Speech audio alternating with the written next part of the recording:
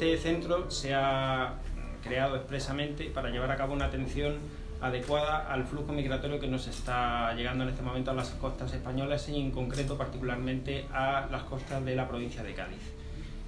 La finalidad de este centro no es otra que llevar a cabo los trámites mínimos de identificación de las personas, de los migrantes, principalmente económicos, que nos están llegando en estos momentos a las costas españolas, y a partir de los trámites realizados aquí poder llevar a cabo la derivación hacia el sistema de acogida previsto.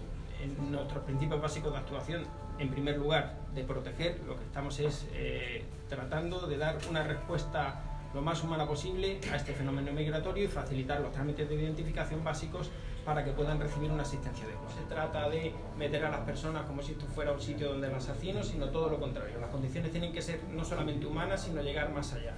En eso, el Cuerpo Nacional de Policía Nacional, en este caso, tiene una apuesta por la calidad del servicio y lo estamos llevando a cabo con todos los esfuerzos y los apoyos. Nosotros, si lo que somos expertos en gestión de crisis. Los primeros que siempre llegan a una actuación es la policía.